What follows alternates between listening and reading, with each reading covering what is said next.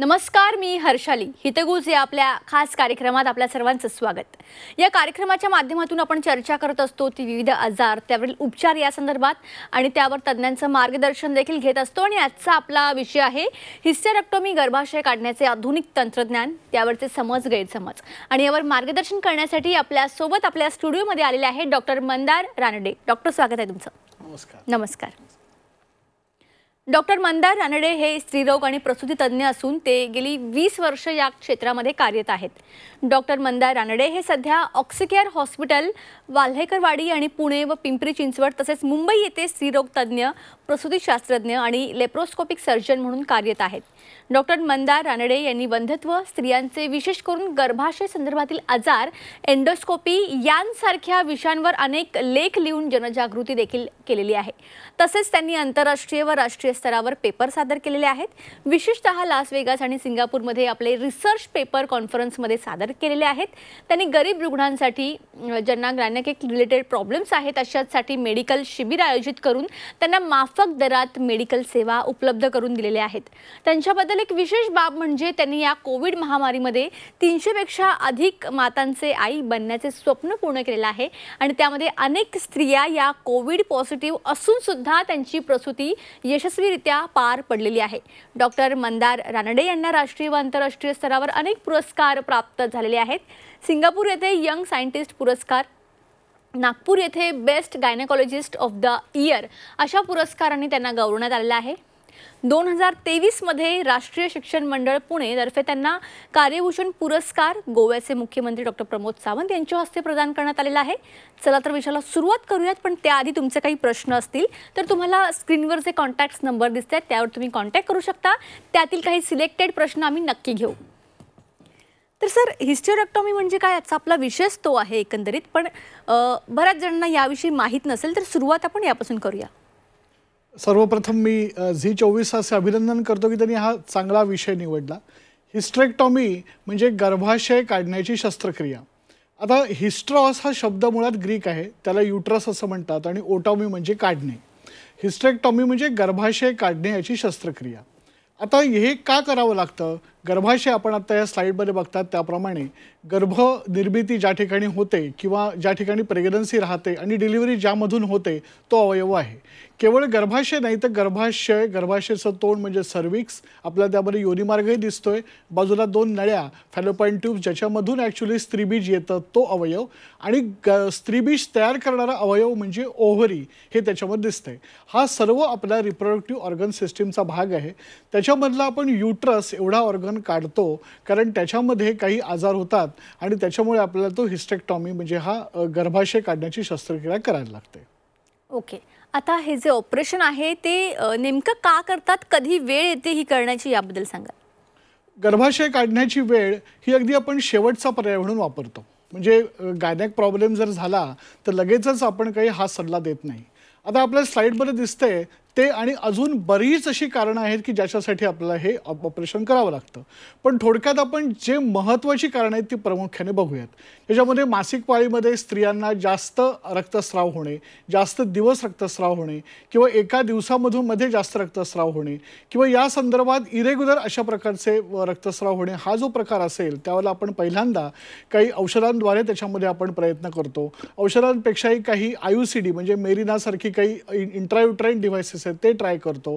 त्याच्यामध्ये आपण DNC म्हणजे क्युरेटिंग करणे अशा प्रकारचं काही ट्राय करतो. हे सर्व न झाल्यानंतर त्याच्यामध्ये काही समजा काही या सर्व तपासण्यांमध्ये काही चेंजेस असतील, त्याच्यामध्ये काही असे धोकादायक गोष्टी असतील तर आपण गर्भाशय काढण्याचा सल्ला देतो. दुसरं महत्त्वाचं ह्याच्यामधलं कारण म्हणजे सिव्हिअर पेन, त्याच्यामध्ये डिस्मेनोरिया आपण ज्याला म्हणतो. पाळीच्या वेळेला खूप दुखणं पोटामध्ये, इतकं दुखणं की डेली ॲक्टिव्हिटी आपण करू शकत नाही, ऑफिसला जाऊ शकत नाही, कामावर परिणाम होतो, त्याच्यामुळे अँझायटी, डिप्रेशन अशा प्रकारचे त्रास होतात. त्यावेळेला देखील आपण ते पाहतो की याच्यामध्ये काही ॲडेनोमायोसिस आहे का, एंडोमेट्रोसिससारखा आजार आहे का, PID आहे का. तर असे सर्व आजार जर असतील तर त्याच्यामध्ये आपल्याला हे गर्भाशय काढून टाकण्याचा सल्ला दिला जातो किंवा तो करणं हा आपल्याला अनिवार्य राहतं. त्याचबरोबर एंडोमेट्रियोसिस म्हणजे गर्भाशयाचं अस्तर हे गर्भाशयाच्या बाहेर तयार होणं आणि त्याच्यामुळे गर्भाशयाला आतडे चिकटणं किंवा ब्लॅडर म्हणजे लघवीची पिशवी चिकटणं अशा प्रकारचे त्रास होतात, जेणेकरून सुद्धा आपल्याला गर्भाशय काढण्याची ऑपरेशन करावं लागतं. त्याचबरोबर कधी काळी याच्यामध्ये इमर्जन्सीमध्ये किंवा ज्या वेळेला डिलिव्हरी होते अशा वेळेला आपण म्हणतो कधी कधी खूपच रक्तस्राव होतो, त्या स्त्रीचं आयुष्य किंवा जीव वाचवण्यासाठी कधी कधी हे गर्भाशय काढावं लागतं.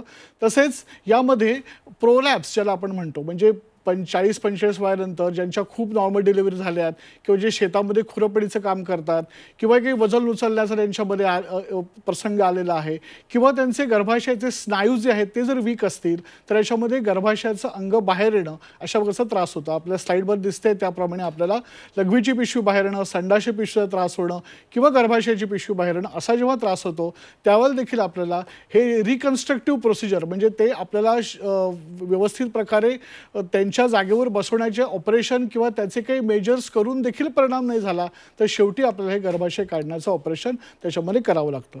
त्यामुळे सांगितल्याप्रमाणे जर सर्व प्रकारचे औषधांचे किंवा शस्त्रक्रियांच्या सुद्धा काही एक व्हरायटी आहेत, नॉन सर्जिकल त्याला आपण म्हणू, तशा जर ह्याने उपाय मिळाले नाहीत, रिझल्ट मिळाले नाहीत तर आपल्याला शेवटी हे ऑपरेशन करावं लागतं. त्याचबरोबर एक शेवटचा त्यातला मुद्दा राहिला आहे तो म्हणजे ओव्हरीचा कॅन्सर किंवा गर्भाशयाचा कॅन्सर असेल तर मात्र हे ऑपरेशन करावंच लागतं, जेणेकरून त्या स्त्रीचं आयुष्य देखील वाढेल, अदरवाईज त्याच्यामध्ये कॅन्सरचे दुष्परिणाम होऊ शकतात. ओके, आता हे ऑपरेशन का करतात हे तुम्ही सांगितलं, पण ह्या ऑपरेशनची प्रोसेस कशी आहे आणि ऑपरेशन हे कसं केलं जातं? हा अतिशय छान प्रश्न आहे. हा ऑपरेशन करायची परंपरागत पद्धत म्हणजे जसं आपण पोट उघडून करतो ऑपरेशन, ज्याला आपण लॅप्रोटॉमीच्या माध्यमातून म्हणतो, तसं ऑपरेशन अनेक वर्ष हे करत होते. परंतु अनेक वर्षांतर असं दिसलं त्याच्यामध्ये की हे ऑपरेशन केल्यानंतर रक्तस्राव खूप होतो, पेशंटना अनेक दिवस बेड रिडन म्हणजे घरामध्ये विश्रांती घ्यावी लागते, हॉस्पिटलमधला स्टे वाढतो, त्याचबरोबर ॲनेस्थेशियाचा म्हणजे भुलीचा वेळ वाढतो. तसंच हे ऑपरेशन पोट फाडून केलेलं असल्यामुळे त्या ठिकाणी इन्फेक्शन वाढतं, हर्नियाचे चान्सेस वाढतात, इतर काही अन्य कॉम्प्लिकेशन उद्भवू शकतात. त्याच्यामुळे जे गेल्या काही 50 वर्षामध्ये लॅप्रोस्कोपिक तंत्रज्ञान किंवा दुर्बिणीद्वारे ऑपरेशन करायचं तंत्रज्ञान डेव्हलप झालेलं आहे, त्या माध्यमातून देखील आता हे नव्याने आपण ऑपरेशन करतो. परंतु सर्वसाधारणपणे जर बघितलं तरी ऑपरेशनमध्ये आपण ॲब्डॉमिनल, व्हजायनल, लॅप्रोस्कोपिक, रोबोटिक आणि व्ही नोट्स अशा प्रकारचे डिफरंट ॲप्रोच वापरतो. ते जे काही फायबर्स त्याला कनेक्टेड असतात युट्रसला ते आपण कट करतो, त्याचा ब्लड सप्लाय कनेक्ट करतो आणि त्याच्या जवळचे ऑर्गन आपण म्हटल्याप्रमाणे ब्लॅडर, इंटेस्टाईन, रेक्टम हे सगळे त्यापासून दूर करतो, जेणेकरून त्यांना काही त्रास होऊ नये.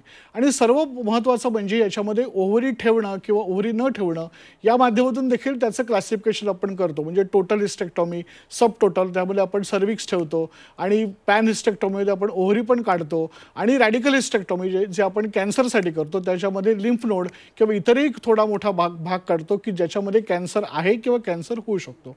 त्यामुळे या सर्व माध्यमातून हे ऑपरेशन आपल्याला करता येतं. ओके, आता आधुनिक तंत्रज्ञानाचा वापर करून हे ऑपरेशन एक्झॅक्टली कसं करतात? आधुनिक तंत्रज्ञानाचा वापर करून हे ऑपरेशन अतिशय आपल्याला जे म्हणू वेदनारहित आणि त्याच्यामध्ये सुखदायी करता येतं. मी आधी म्हटलं त्याप्रमाणे की जर पोट फाडून ऑपरेशन करायचं असेल, पोट उघडून ऑपरेशन करायचं असेल तर याच्यामध्ये आपल्याला खूप दिवसाचा हॉस्पिटल स्टे लागेल इत्यादी. पण याच्यामध्ये आपण एक छोटंसं बेंबीजवळ एक छोटंसं की होल ज्याला आपण म्हणू ते करतो आणि साईडला दोन्ही बाजूला छोटी छोटी 5 mm पेक्षाही छोटी होल्स करतो आणि त्याच्या माध्यमातून आपण स्लाईडमध्ये बघताय त्या माध्यमातून आपण ते युट्रस आपण काढतो. म्हणजे काही दिवसांनी जर बघितलं 6 महिन्यांनी तर हिचं ऑपरेशन झालंय का नाही, ह्याला कुठलाही पोटावर छेद नाही असं आपण त्याच्यामध्ये दिसू शकतं. त्याच्या पुढचा पर्याय जो आलाय तो म्हणजे रोबोटिक. रोबोटिकमध्ये रोबोचे आर्मच्या माध्यमातून ऑपरेशन करतो डॉक्टर. तर त्या आपण आता बघतोय पीपीटीमध्ये त्याप्रमाणे कन्सोलमध्ये बसलेला असतो आणि रोबोच्या माध्यमातून ऑपरेशन होतं. अतिशय प्रिसाइजली खूपच कमी रक्तस्राव होऊन ते ऑपरेशन होतं. आणि आता AI म्हणजे आर्टिफिशियल इंटेलिजन्सचा वापर करून देखील त्याच्यामध्ये तो रोबोसुद्धा आपल्याला गाईड करतो की ऑपरेशन अधिक चांगल्यापणे कसं करता येईल. आणि व्ही नोट्स म्हणजे नॅचरल ओरिफाईज थ्रू टेक्निक, त्याच्यामध्ये सुद्धा आपल्याला कोणत्या प्रकारचा टाका नसताना आपल्याला ऑपरेशन करता येतं. आम्ही ऑक्सिकेअर हॉस्पिटल पुणेमध्ये आत्ता जे ऑपरेशन करतो आहोत किंवा जे आपण याच्यामध्ये नवीन तंत्रज्ञान घेऊन आलो आहे ते म्हणजे डे केअर हिस्टेक्टॉमी. पूर्वीच्या काळी 8-10 दिवस हॉस्पिटलला राहायचं, नंतर महिनाभर घरी राहायचं, अशा प्रकारे सगळं तंत्रज्ञान असायचं. पण आता मात्र आम्ही एका दिवसामध्ये पेशंटला डिस्चार्ज करतो आहोत.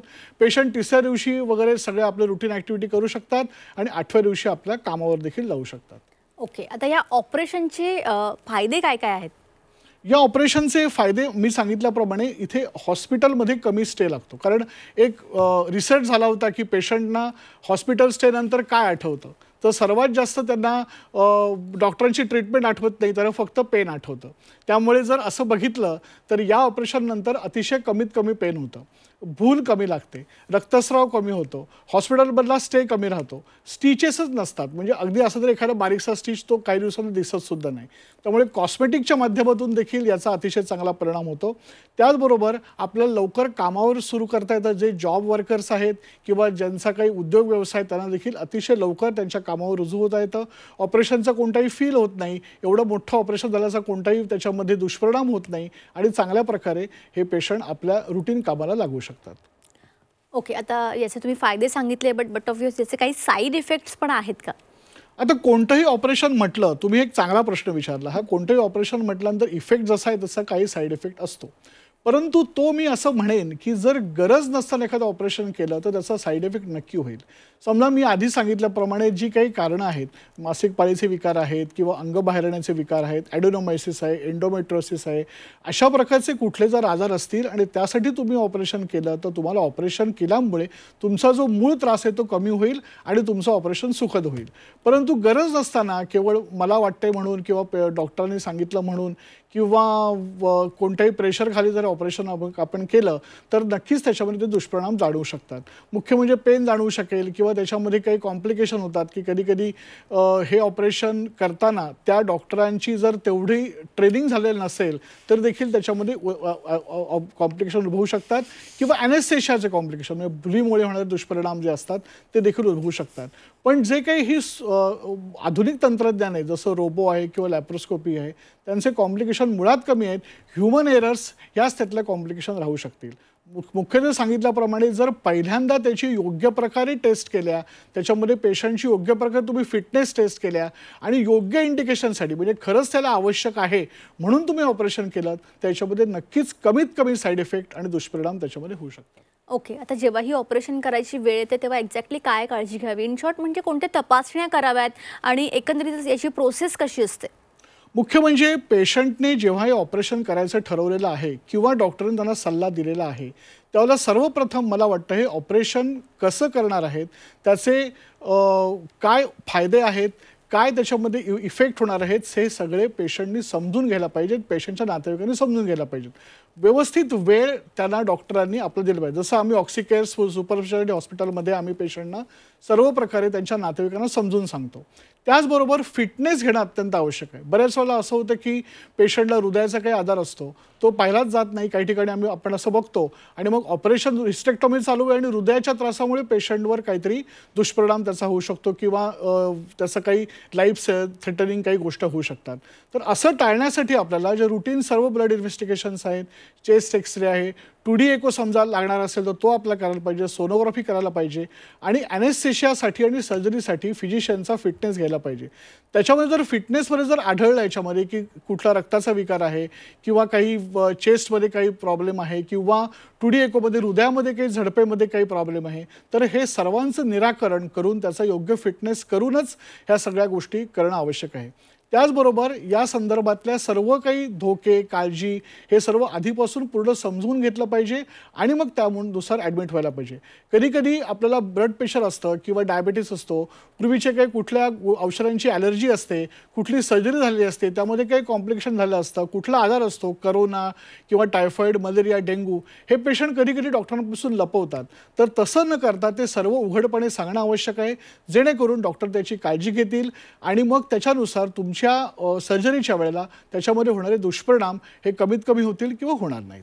ओके डॉक्टर, पुण्यावरून एक कॉल येतोय आपल्याला अश्विनी जोशी यांचा. त्यांना तुम्हाला या संदर्भात प्रश्न विचारायचा आहे. अश्विनी, तुमचा प्रश्न विचारा. बोला बोला. मला डॉक्टरांना एक प्रश्न विचारायचा आहे की या ऑपरेशन मध्ये काही धोके असतात का? म्हणजे शरीर अधू होणं किंवा वजन वाढणं असे काही त्रास होतात, ते खरे आहे का? अश्विनीताईंनी अतिशय चांगला प्रश्न विचारलाय. माझे पेशंट सुद्धा मला हाच पहिला प्रश्न विचारतात.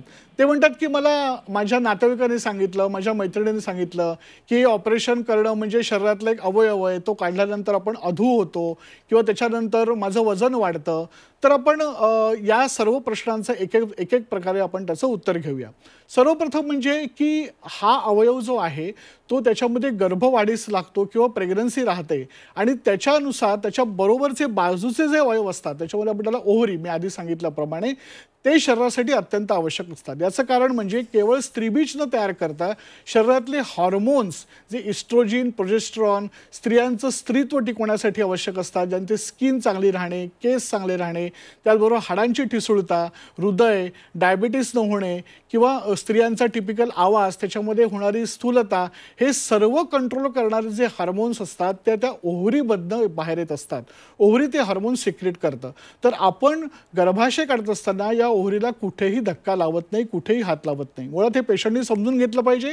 आणि जेव्हा तुमच्या डॉक्टरांकडे तुम्ही जाल तेव्हा त्यांना हा प्रश्न विचारला पाहिजे की माझी तुम्ही ओव्हरी काढणार नाही ना किंवा काढली नाही ना, कारण तो अतिशय ऑर्गन महत्त्वाचा असतो आणि त्याच्यावर पुढचे दुष्परिणाम अत्यंत महत्त्वाचे अवलंबून असतात.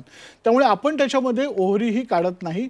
फक्त काही वेळा जेव्हा ओव्हरीचाच कॅन्सर असेल किंवा ओव्हरीला कॅन्सर होण्याची शक्यता असेल गर्भाशयाच्या कॅन्सरमुळे, त्यावेळेला आपण ती ओव्हरी काढण्याचा सल्ला देतो. दुसरा प्रश्न आहे त्याच्यामधला की ओबेसिटी म्हणजे स्थूलता वाढते का. आता याचं याचं उत्तर थोडंसं मजेशीर आहे, कारण ऑपरेशन झाल्यानंतर अनेक नातेवाईक भेटायला येतात, प्रत्येकजण काहीतरी ड्रायफ्रुट्स घेऊन येतात, मिठाई घेऊन येतात, फळं घेऊन येतात आणि पेशंटसुद्धा आपलं ऑपरेशन झालं म्हटल्यानंतर भरपूर खातात आणि मला विश्रांतीचा सल्ला दिला त्याच्यामुळे मी विश्रांती घेणार, मी व्यायाम करणार नाही. या सगळ्यामुळे वजन वाढतं आणि मग डॉक्टरांना त्याचा दोष दिला जातो की तुम्ही ऑपरेशन केलं त्यामुळे वजन वाढलं. पेशंट तर बघतच नाही आपल्या स्वतःकडे आपण काय केलंय. त्यामुळे हे ऑपरेशन झाल्यानंतर लवकरात लवकर आपण आपला व्यायाम सुरू केला पाहिजे, डाएटवर कंट्रोल ठेवला पाहिजे, जेणेकरून याच्यामध्ये स्थूलता उत्पन्न होणार नाही. ओके डॉक्टर, आणखी एक प्रश्न म्हणजे हे ऑपरेशन केल्यानंतर शरीर संबंध ठेवण्याची इच्छा कमी होते असं काही आहे का? अतिशय चांगला प्रश्न तुम्ही विचारलात. तर ज्यावेळेला आपण हे ओव्हरी हे अवयव जर काढला तर त्याच्यामधून हार्मोन्स जे तयार होणार आहेत त्याच्यामध्ये सेक्शुअल डिझायर किंवा शरीर संबंधांची इच्छा तयार होते, तर ही त्याच्यामध्ये कमी होण्याची शक्यता असते. म्हणून तर आपण ओव्हरी हा अवयव काढण्याचा सल्ला देत नाही, अनलेस अनटिल त्याच्यामध्ये काही फार मोठा दुष्परिणाम असेल तर. आणि याच्यानंतर हे ऑपरेशन केल्यानंतर साधारणतः 6 आठवड्यानंतर नक्कीच पेशंटला त्यांचे शरीर संबंध चांगल्या प्रकारे सुरू ठेवता येतात.